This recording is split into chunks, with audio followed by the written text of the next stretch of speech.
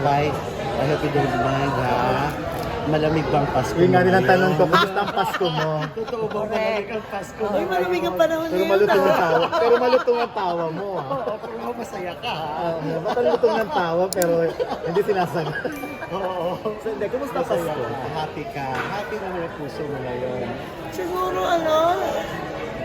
di ba sa edad kong to ngayon, I cannot depend my happiness anymore on somebody else. Besides, dapat din buo ako or whatever, or kumpleto ako kung magmamahal ako, di ba? Parang Ulit. gano'n.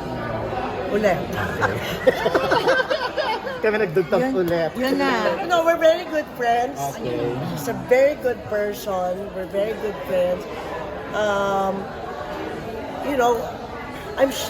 We will always love each other.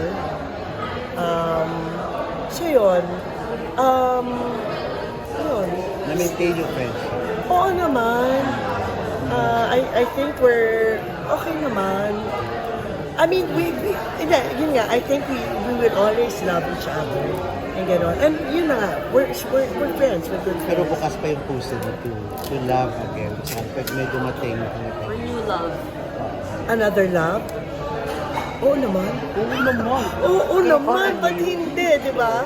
Pero habang wala, di masaya ka sa sarili mo, lalo na after ng pandemic, di ba, yung self-love, yung hindi mo na pwedeng iasa yung kaligayahan mo o yung kabuluhan mo bilang tao sa ibang tao, nasa sayo. And, ako, personally, I can't complain. God has been, blessing me so much. Tapos tayo, di ba, tayo, di ba, yung wala na, magmahala na lang tayo, magtulungan na lang, di ba? We've learned so much from the pandemic. So ngayon, may partner o wala, ayan na, may partner o wala, okay lang, di ba?